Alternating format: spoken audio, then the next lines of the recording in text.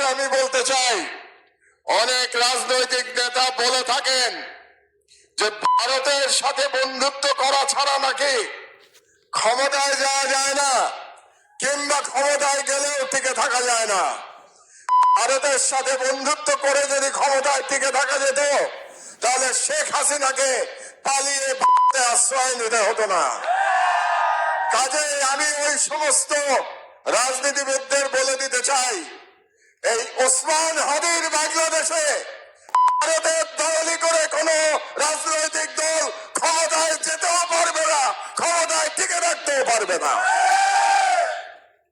3 নম্বর, আমি ভারত সরকারের প্রতি আহ্বান জানাচ্ছি, আগামী 25শে ডিসেম্বরের মধ্যে আপনারা খুনি মৃত্যুদণ্ডপ্রাপ্ত শেখ হাসিনা এবং আসাদুজ্জামান খান কামাল এবং হাদির হত্যাকারী, হাদির উপরে আততায়ী যারা ছিল, তারা যদি ভারতে আশ্রয় নিয়ে থাকে, তাদেরকে 25শে ডিসেম্বরের মধ্যে আপনারা হস্তান্তর করুন, প্রত্যর্পণ করুন।